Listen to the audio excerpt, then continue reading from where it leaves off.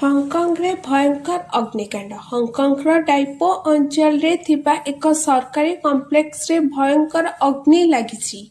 8ଟି ବ୍ଲକର ସାତଟିରେ ନିଆଁ ବ୍ୟାପିଯିବାରୁ ଅତି କମ୍ରେ 44 ଜଣଙ୍କର ମୃତ୍ୟୁ ହୋଇଛି। ଏକାଧିକ ଲୋକ ଆହତ ହୋଇଥିବା ବେଳେ 300 ଜଣ ଏବେ ପର୍ଯ୍ୟନ୍ତ ନିଖୋଜ ହୋଇଥିବା ଜଣାପଡ଼ିଛି। ତେବେ ମୃତକଙ୍କ ମଧ୍ୟରେ ଜଣେ ଅଗ୍ନିଶମ କର୍ମଚାରୀ ମଧ୍ୟ ରହିଛନ୍ତି।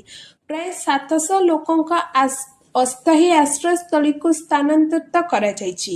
ନିଆଁ ଲିଭାଇବା ଲାଗି 128ଟି ଫାୟାର ଇଞ୍ଜିନ ଏବଂ 57ଟି ଆମ୍ବୁଲାନ୍ସ ମୁତୟନ କରାଯାଇଛି। ଏହା ହଂକଂର ଅନ୍ୟତମ ବଡ଼ ଅଗ୍ନିଶମ ଅଭିଯାନ ବୋଲି କୁହାଯାଉଛି। ତେବେ ବୁଧବାର ଅପରାହ୍ନରୁ ନିଆଁ ଲାଗିଥିବା ବେଳେ ଏପର୍ଯ୍ୟନ୍ତ ନିଆଁକୁ ନିୟନ୍ତ୍ରଣକୁ ଆସିନାହିଁ। ଅଟ୍ଟାଳିକାଗୁଡ଼ିକର ବାହାରେ ବ୍ୟାପକ ବାଉଁଶ ଓ ପ୍ଲାଷ୍ଟିକ ଜାଲ ରଖାଯାଇଥିଲା, ଯାହା ନିଆଁକୁ ଅଧିକ ବ୍ୟାପିବାରେ ସହାୟକ ହୋଇଥିଲା। କୋଠାଗୁଡ଼ିକ ଅତି ପାଖାପାଖି ଥିବାରୁ ନିଆଁ ସହଜରେ ଗୋଟିଏ ବ୍ଲକରୁ ଅନ୍ୟ ବ୍ଲକକୁ ବ୍ୟାପିଥିଲା। ଦଶନ୍ଧି ପରେ ହଂକଂରେ ସବୁଠୁ ଭୟଙ୍କର ନିଆଁ ଲାଗିଥିବା କୁହାଯାଉଛି।